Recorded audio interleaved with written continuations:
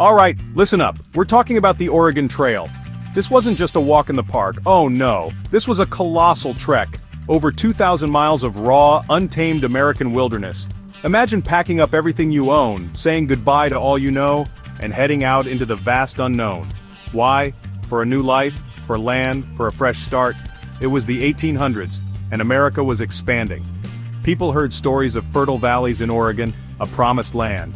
This trail was their only way to get there. It was a true test of human spirit and endurance, a real adventure into the heart of the wild. These pioneers, ordinary folk, farmers, families, they were driven by an incredible hope. They faced deserts, mountains, and rivers, all with basic gear and sheer determination. The Oregon Trail became a symbol of American grit, a testament to what people can achieve when they push their limits.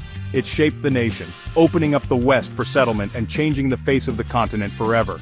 The call of the West was strong. It whispered of opportunity, of freedom, of a chance to build something new from the ground up.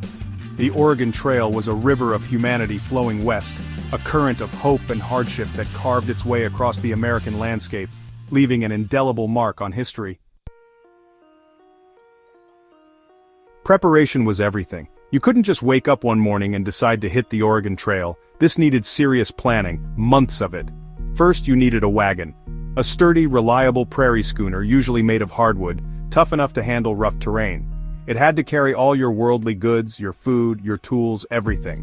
Then, you needed power. Oxen were the top choice.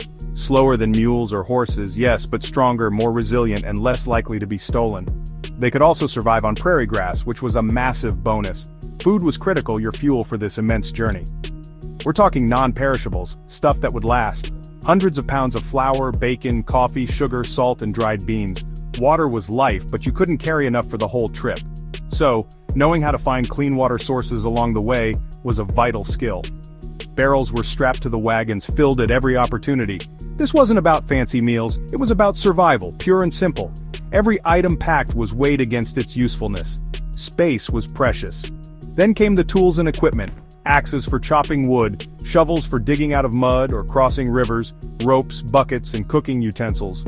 A good rifle and ammunition were essential, not just for hunting game like buffalo or deer, but for protection too. A typical day on the Oregon Trail started before sunrise. No lions here. The first sounds would be the lowing of oxen and the calls of the guards who had watched over the camp during the night. Breakfast was usually simple: coffee, bacon, and some form of bread cooked over an open fire. Then the hard work began. Animals had to be yoked, wagons repacked if things had shifted, and everyone prepared for another long day of walking.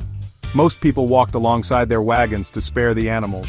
Only the very young, the sick, or the elderly got to ride consistently.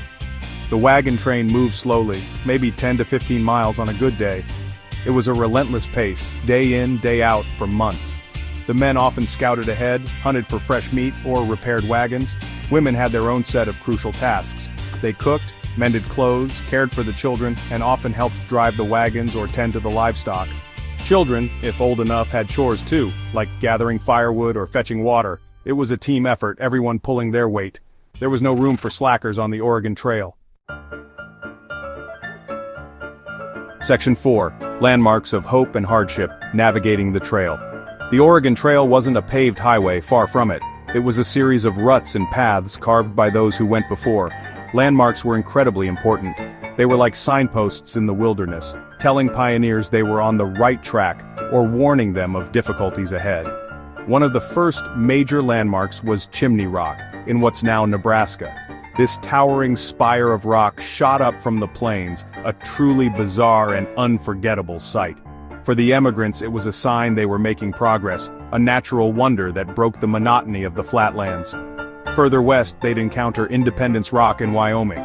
This massive granite dome was another famous milestone. Reaching Independence Rock by the 4th of July was a good sign. It meant you were on schedule to cross the mountains before the winter snows hit. Missing this deadline could mean serious trouble. Section 5. Wilderness Dangers, Nature's Ultimate Test. The Oregon Trail was a gauntlet of dangers. This wasn't a Sunday stroll, this was a full-on confrontation with the wild, and the wild often fought back hard. One of the biggest killers wasn't wild animals or attacks, as many might think, but disease. Cholera, spread by contaminated water, could sweep through a wagon train with terrifying speed, killing people within hours. Dysentery, typhoid fever, and measles were also common. With no real medical care, a simple illness could quickly become a death sentence. Hygiene was difficult to maintain, and crowded conditions in the camps made it easy for diseases to spread like wildfire. Accidents were another constant threat. People fell from wagons, were run over by wagon wheels, or suffered injuries from handling livestock. Accidental gunshot wounds were surprisingly common, given that almost everyone carried firearms. Drowning during river crossings claimed many lives. Children especially were vulnerable.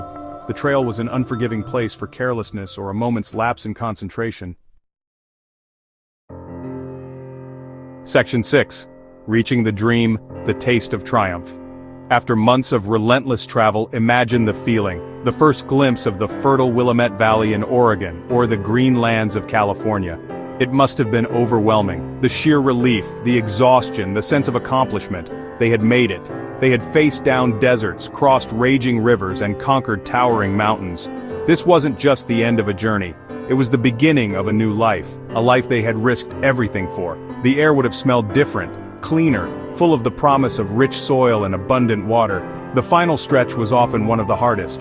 The Cascade Mountains in Oregon, for example, presented a formidable barrier. Trails like the Barlow Road were steep, dangerous, and incredibly tough on the already worn-out wagons and animals. But the thought of their destination, so close now, spurred them on. They had come too far to give up. Section 7. The Trail's Enduring Spirit, a Legacy Forged in Dust. The Oregon Trail, as a major emigration route, eventually faded with the coming of the Transcontinental Railroad in 1869. The Iron Horse was faster, safer, and more reliable than a team of oxen and a wooden wagon. But the legacy of the trail, that's something that endures. It's etched into the American landscape, with wagon ruts still visible in some places. Silent witnesses to the incredible human effort that passed this way. It's a story of courage, of hardship, and of an unshakable belief in a better future. It's a core part of the American identity. The spirit of the Oregon Trail pioneers is something we can all learn from, even today. Think about it. They faced immense challenges with limited resources. They had to be adaptable, resourceful, and incredibly resilient. They relied on teamwork and community to survive. These are qualities that are just as important now as they were back then. When you're facing a tough situation, remember those folks. They didn't have a backup plan or an easy way out. They just had to keep going, one foot in front of the other, towards their goal.